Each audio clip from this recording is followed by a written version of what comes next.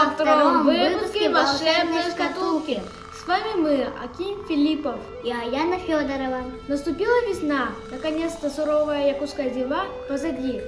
Март на якутском языке называется Кулунтутар.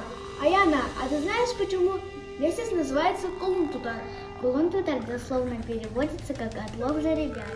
Этот месяц у народа Саха прочно связан с традиционным коневодством. Именно в марте начинается выделка кобыл, залог благосостояния коневодческого хозяйства народа Саха. В этот солнечный весенний день мы продолжаем рассказывать вам о якутском алфавите. В первом выпуске мы говорили о букве Г. Давайте откроем наш автохолбэчан и узнаем, про какую букву сегодня будем говорить.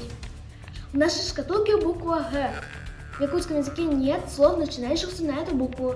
Как из буквы Г. В каких словах содержится буква Г?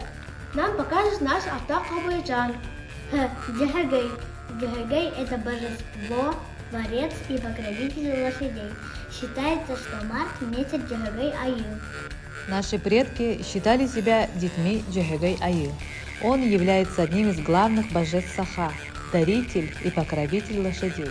В древних легендах рассказывается, что при удачных молениях он является в образе белого жеребца, дает людям отвагу, мужество, силу и крепость духа. А это Сылгыт. Сылгыт – это коневод-табунщик. Табунное коневодство издревле является национальным достоянием и исконно традиционным видом хозяйственной деятельности Якутии. 21 марта в Якутии отмечают День коневода-табунщика. Этот профессиональный праздник был утвержден в 2016 году. В якутской мифологии с культом лошади связано многое. Например, Волонхо, образ богатыря, неразрывно связан с образом его боевого коня. Мы надеемся, что вам было интересно. Аким, что нового ты узнал сегодня? Я не знал, что в Якутии есть профессиональный праздник коневодов. Мне кажется, что для нашего народа это очень важно. А я узнала больше о том, какое значение имеет лошадь в нашей культуре.